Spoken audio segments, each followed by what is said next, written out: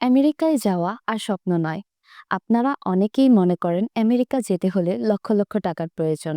তবে এটি সম্পূর্ণ ভুল ধারণা।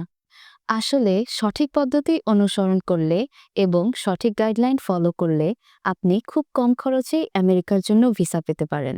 আরেকটি বিষয় হচ্ছে, ইংরেজি আপনার না জানা থাকলেও সেক্ষেত্রে কোনো জটিলতা নেই। ইনফ্যাক্ট, আপনি বাংলায় ফ্লুয়েন্টলি কথা বলতে পারলে সেটিও গ্রহণযোগ্য হবে ইন্টারভিউতে। শুধু সঠিক প্রস্তুতি এবং প্রক্রিয়াটি বুঝে আবেদন করতে হবে।